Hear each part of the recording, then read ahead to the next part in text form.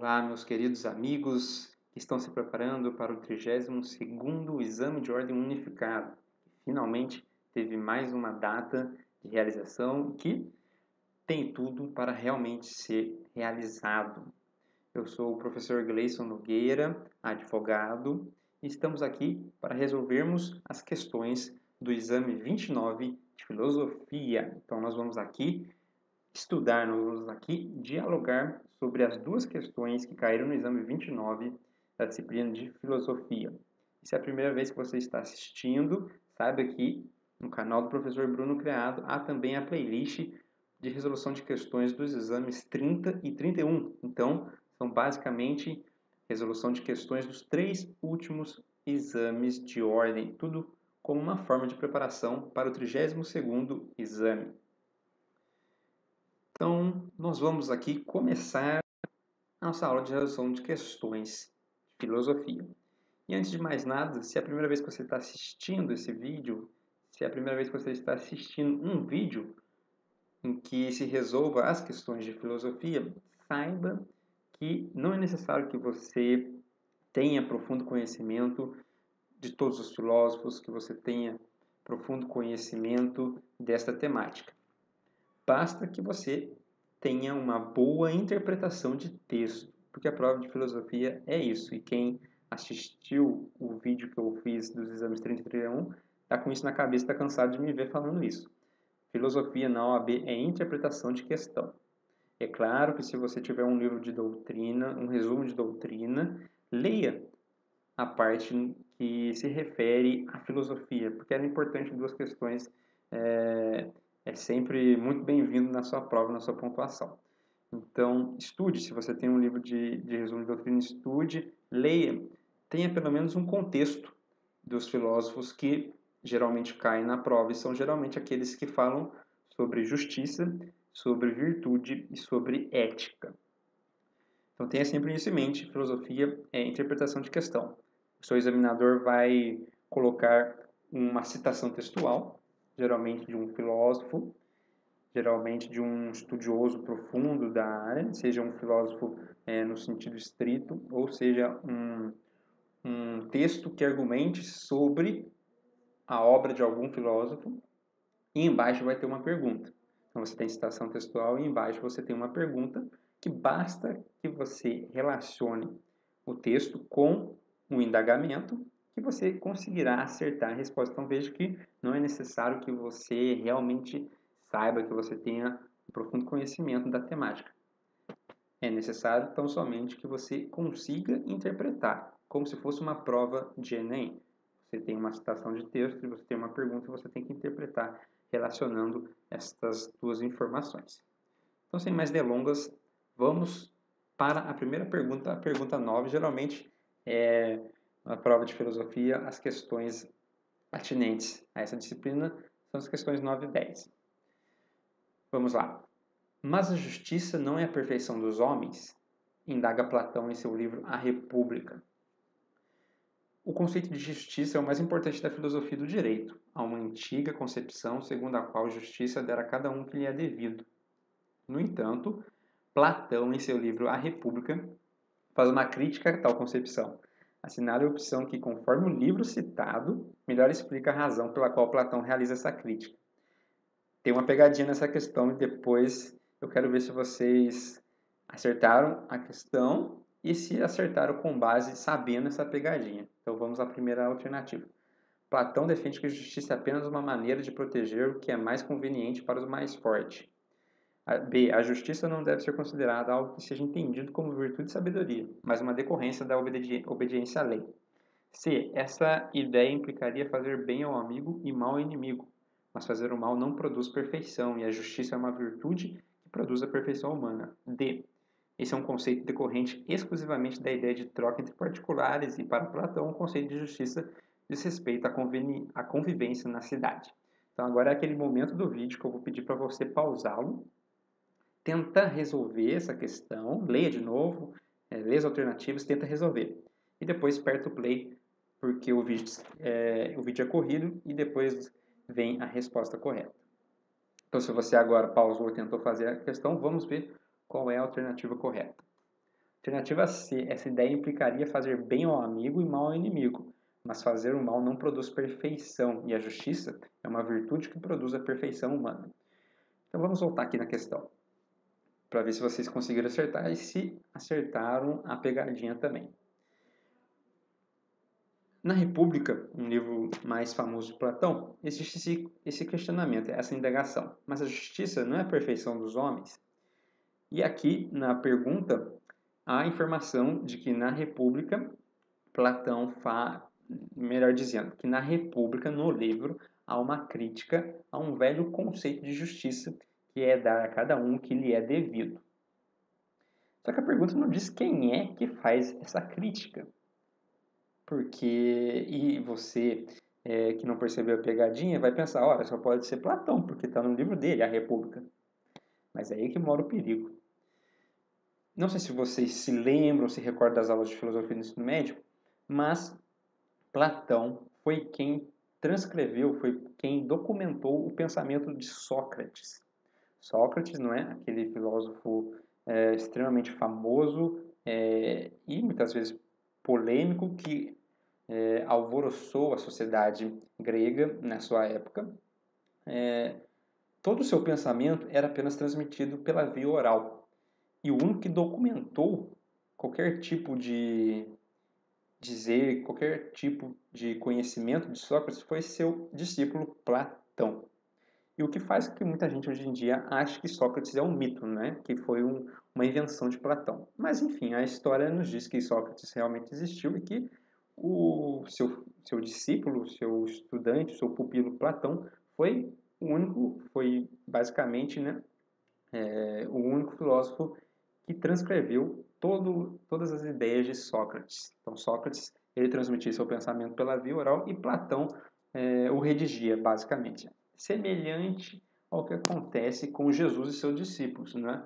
E seus apóstolos, melhor dizendo. Jesus não escreveu nada. Tudo que se tem dele na Bíblia, todos os seus atos, todas as suas parábolas, todas as suas histórias, são por transcrição, são por documentação de seus discípulos, de seus apóstolos. A mesma coisa acontece com Sócrates.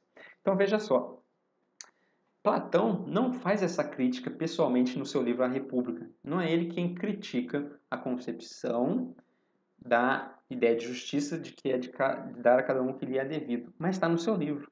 Está no seu livro porque Platão tece a crítica de Sócrates ao conceito. Então, se você tem um conhecimento de Platão, você provavelmente teria errado essa questão e teria marcado a alternativa D.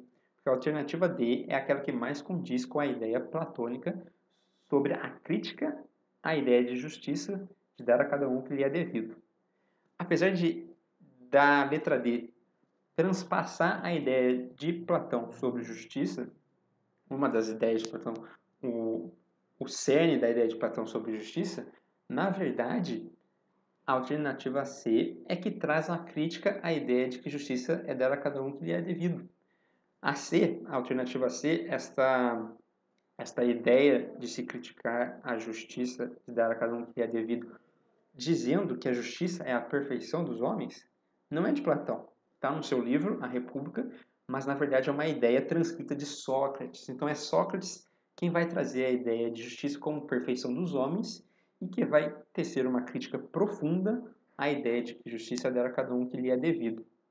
Essa ideia, basicamente, de dar a cada um que lhe é devido, vem da escola sofista. E Sócrates, para contextualizar para vocês, era um grande crítico, era um grande adversário do pensamento sofista à época da Grécia Antiga. No livro A República, há um diálogo entre Sócrates e um outro filósofo sofista. E nessa crítica, o filósofo sofista diz que justiça é dar a cada um o que lhe é devido, fazendo uma ideia um pouco de justiça enquanto vingança. Tanto que a C diz assim, fazer bem ao amigo e mal ao inimigo. Então, se alguém te faz mal, a gente tem que dar a essa pessoa o que lhe é devido, ou seja, um outro mal. Essa é uma ideia sofista, trazida no livro A República por um filósofo sofista. Mas esse filósofo sofista está dialogando com Sócrates, e Sócrates então tece uma crítica a essa ideia, dizendo justamente que a justiça, na verdade, ela é a perfeição do homem. E um homem bom é um homem justo. Portanto, um homem justo, que é bom, jamais faria mal a alguém que lhe fez mal.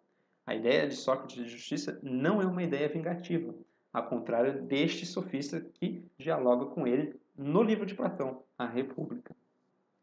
Então, para sintetizar, Platão, no seu livro A República, transcreve o diálogo entre Sócrates e este outro filósofo, que é sofista, e neste diálogo há a apresentação pelo filósofo sofista da ideia de que justiça é dar a cada um que lhe é devido, e ele logo é retrucado, ele logo é contra-argumentado por Sócrates, e vai tecer uma crítica a essa ideia, dizendo que justiça é a perfeição dos homens, e a justiça, um homem justo é um homem bom. E um homem bom, portanto, jamais retribuiria o mal a quem lhe fez mal. Já que justiça dará a cada um que lhe é devido, em tese, você faz o bem para quem te faz bem e faz o mal para quem te faz mal, como defende o citado filósofo sofista em A República, que é justamente contra-argumentado por Sócrates, que vai dizer que um homem justo, que é um homem bom, jamais vai retribuir o mal que lhe foi feito para quem produziu esse mal.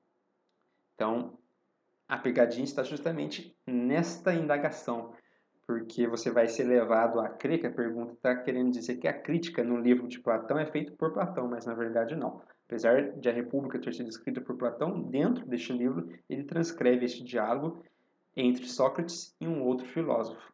E é Sócrates quem faz a crítica à ideia de que justiça é dar a cada um que lhe é devido por meio da justiça enquanto sendo a perfeição dos homens. Então, espero que você tenha entendido esta pegadinha e tenha entendido porque a C é correta e a D não é. Porque a A e a B ali a gente já consegue tirar como uma forma de exclusão. Porque Platão defende que a justiça é apenas uma maneira de proteger o que é conveniente para o mais forte.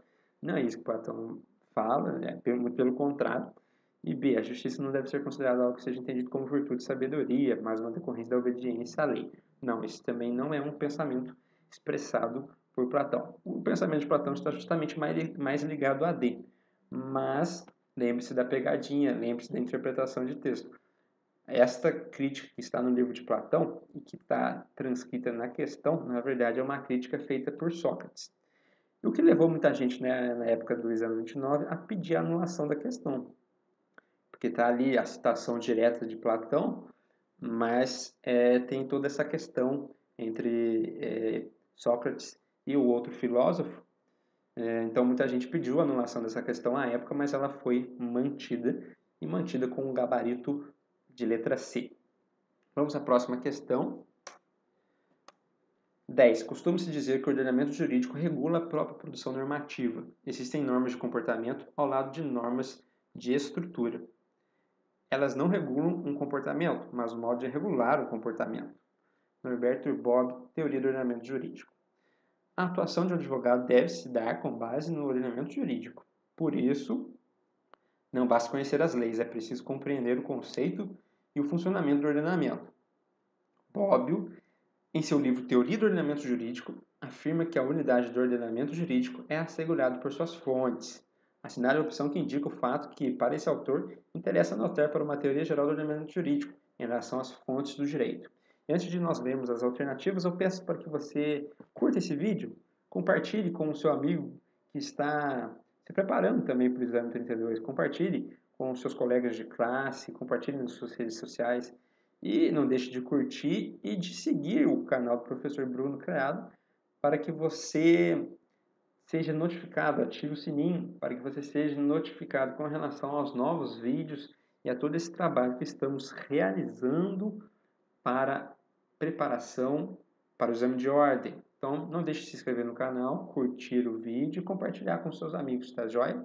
E ative o sininho, porque senão você vai perder as próximas aulas e os próximos eventos que estamos preparando para você, tudo com relação ao exame de ordem. Então, vamos agora ler as alternativas. Letra A. No mesmo momento em que se reconhece existirem atos ou fatos dos quais se faz depender a produção de normas jurídicas, reconhece-se que o ordenamento jurídico, além de regular o comportamento das pessoas, regula também o modo pelo qual se devem produzir as regras. B. As fontes do direito definem o ordenamento jurídico como um complexo de normas de comportamento referidas a uma dada sociedade e a um dado momento histórico, de forma que garante a vinculação entre interesse social e comportamento normatizado. C. Como forma de institucionalização do direito positivo, as fontes do direito definem o ordenamento jurídico exclusivamente em relação ao processo formal de sua criação, sem levar em conta os elementos morais que poderiam definir uma norma como justa ou injusta. D. As normas, uma vez definidas como jurídicas, são associadas num conjunto específico chamado de direito positivo. Este direito positivo é o que comumente chamamos de ordenamento jurídico. Portanto, as fontes do direito que instituem o direito como ordenamento é a norma, anteriormente definida como jurídica. Então, pausa o vídeo e tente responder essa questão. Agora que você já tentou resolver, vamos ver se você acertou, se você errou e o porquê do acerto ou do erro. A alternativa correta é a letra A. No mesmo momento em que se reconhece existirem atos ou fatos dos quais se faz depender a produção de normas jurídicas, reconhece-se que o ordenamento jurídico, além de regular o comportamento das pessoas, regula também o modo pelo qual se devem produzir as regras. Então vamos voltar aqui. Vamos de novo à citação de Bob. Costuma-se dizer que o ordenamento jurídico regula a própria produção normativa. O que isso quer dizer? Você tem as normas e você tem normas que condicionam a produção de normas. Então você tem a questão de norma material e norma procedimental, também chamada de norma formal. Então, para você produzir norma, você tem que seguir outras normas. E essas duas espécies normativas, né, a norma que produz determinada regra e a norma que produz a ordenação de como se produzir regras, essas duas espécies formam aquilo que é chamado de ordenamento jurídico e ambas se originam das fontes do direito. Então você tem as fontes do direito que a partir daí você consegue tecer, que você consegue compreender e você consegue normatizar leis em sentido amplo que regulam a vida da sociedade e leis que regulam a produção de leis do ordenamento jurídico. E essas duas juntas se transformam, se transmutam justamente naquilo que chama de ordenamento jurídico. Existem normas, e aqui vai ser justamente o que eu expliquei, existem normas de comportamento ao lado de normas de estrutura. Então, normas de regra de convívio social e normas de produção de regras. Elas não regulam o comportamento, né, esta última norma de estrutura, mas o modo de regular o comportamento. Então, você tem a estrutura e você tem as normas que regulam o comportamento, e as normas de estrutura vão dar a receita de bolo para você produzir todas as normas, e elas seriam, então, um ordenamento jurídico. Então, veja que a atuação do advogado aqui na questão é com base no ordenamento jurídico. Então, é com base tanto nas normas que produzem as regras de convívio social, quanto nas normas que estruturam a regulação destas outras normas. O advogado ele deve atuar com base no ordenamento jurídico e, por isso, não basta conhecer as leis. É preciso compreender o conceito e o funcionamento do ordenamento, que é justamente conhecer as fontes do direito. Bob, no seu livro Teoria do Ordenamento Jurídico, afirma que a unidade do ordenamento jurídico é assegurada por suas fontes, justamente porque o advogado, e não só ele, mas todos os operadores do direito, têm que saber não só a regra em si. É muito fácil você pegar um código de processo civil e ler lá sobre citação, e ler lá sobre procedimentos especiais, e ler lá sobre sentença. Mas o bom jurista, ele sabe além disso, ele sabe a fonte do direito, ele sabe por que aquela norma foi produzida daquela maneira, ele sabe o porquê o dispositivo traz essa regra e não aquela outra. Então veja que um bom jurista não é só digamos assim, alguém que vai e faz um processo. Não é isso. Um bom jurista ele conhece o direito, e o direito não se resume só a processo. Então, a alternativa A vai exprimir muito bem essa ideia. Veja só, no mesmo momento que se reconhece existirem atos ou fatos dos quais se faz depender a produção de normas jurídicas, reconhece que o ordenamento jurídico, além de regular o comportamento das pessoas, ou seja, além de trazer regras de convívio social, regula também o modo pelo qual se devem produzir as regras, ou seja, ele também prevê normas de estrutura. Por que a B está errada? As fontes do direito definem o ordenamento jurídico como um complexo de normas de comportamento referidas a uma dada sociedade ou a um dado momento histórico, de forma que garante a vinculação entre interesse social e comportamento normatizado. Não. A gente muito bem sabe que, infelizmente, muitas das normas, apesar de serem normas legais, elas não são normas que compactuam com o interesse social. Muito pelo contrário, elas não são vinculadas ao interesse social. E, portanto, o comportamento normatizado, na verdade, ele advém da norma, não é o contrário. Né? Então, por isso que a B está errada. C. Como forma de institucionalização do direito positivo, as fontes do direito definem o ordenamento jurídico exclusivamente em relação ao processo formal de circulação. Não, está errado. A gente acabou de ver que define também com relação às normas de convívio diretamente falando. Sem levar em conta os elementos morais que poderiam definir uma norma como justa e injusta. Muito pelo contrário, né? As fontes do direito justamente vão trazer para a gente essa valoração, vão trazer para a gente, né, esta questão de se ver, de se entender as normas com base em sua teleologia, com base, não é? Em sua também axiologia, ou seja, na teleologia você vai tentar entender o objetivo da norma, na axiologia você vai tentar entender a valoração da norma, ou seja, quais são os conceitos morais, quais são os valores morais que permeiam a produção daquela norma. E a D, as normas, uma vez definidas como jurídicas, são associadas num conjunto específico chamado de direito positivo. Esse direito positivo é o que comumente chamamos de ordenamento jurídico. Portanto, a fonte de direito que institui o direito como ordenamento é a norma, anteriormente definida como jurídica. Não, né? O direito ele vem justamente de suas fontes. Né? Aqui está falando justamente, aqui está falando, na verdade, o contrário. Então, o direito vem de suas fontes, que, por sua vez, se transmutam em um ordenamento jurídico, no qual existem, via de regra, tudo na visão de Norberto Bobbio, duas espécies de normas, aquelas que regulam a vida em sociedade e aquelas que vão regular a produção de normas que vão regular, por sua vez, a vida em sociedade. Normas de comportamento e normas de estrutura. Então, meus queridos amigos, essas foram as duas questões de filosofia do exame 29.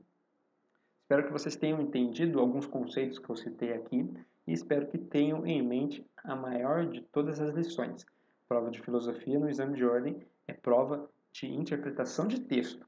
Você tem que ler a citação textual e analisar essa citação, essas informações com base na indagação proposta pelo seu examinador e daí ter condições de entrever entre as alternativas qual é a mais correta, qual é aquela que se aplica ao caso transcrito. E tome cuidado com as pegadinhas, por isso que é bom que você pelo menos leia um pouco de resumo de doutrina para que você vá contextualizado para a prova.